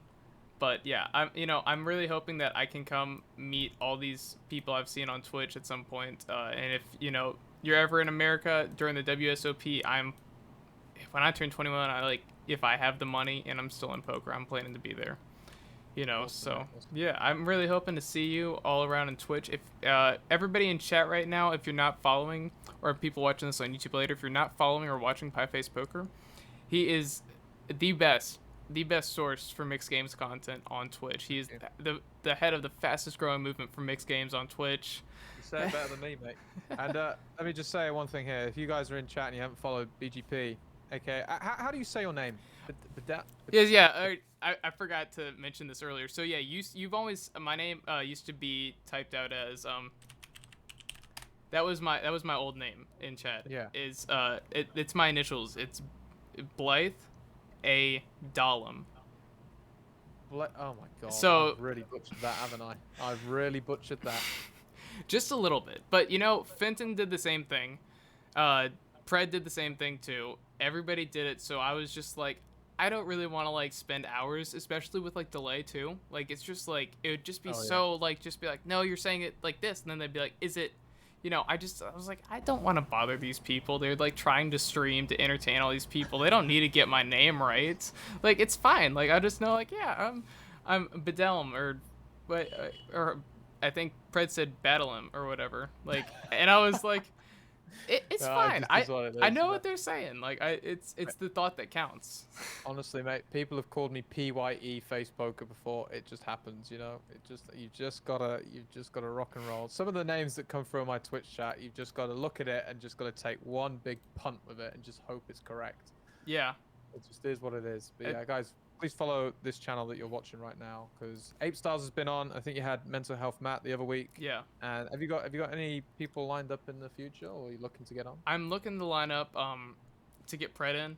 Pred Poker, if you're not watching him too, he's also another great streamer. Fun to watch. We talked about him for a second too. I've been reaching out to a bunch of people in the poker world trying to get them on. Some people have just left me on red. Some people haven't, just don't have their DMs open. But yeah, I'm hoping to get Pred on soon. Awesome. I'm just trying to get in contact with a bunch of people. If you are also watching this and you are a person in the poker world, you don't even have to be famous. Really, you just have to be somebody in the poker world. And I just enjoy talking to people in poker. Yeah. And I've been really, really, really enjoyed this conversation. It's been good fun, mate. Thank you for having me on. With all sincerity, no problem. I guess we should drop a raid off to somebody.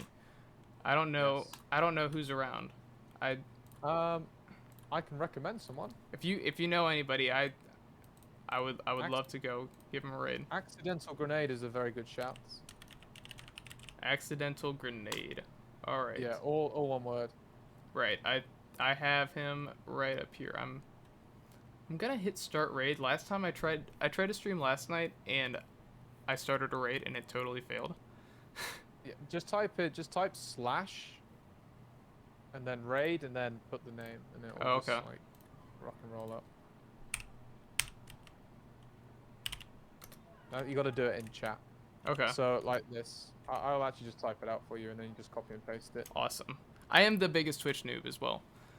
Obviously without the quotations, just that. Right. I will copy it and I will drop the message in chat. If you're not following, please follow me. If you're not following Pi, definitely follow Pi. If you're watching this on YouTube later, please subscribe and like. And go hop on Twitch, follow Pi Face Poker if you want to check out any type of great mixed games content, or you want to enjoy some fun marble races or anything really. You'll just have a great time. I guarantee it, or your money back.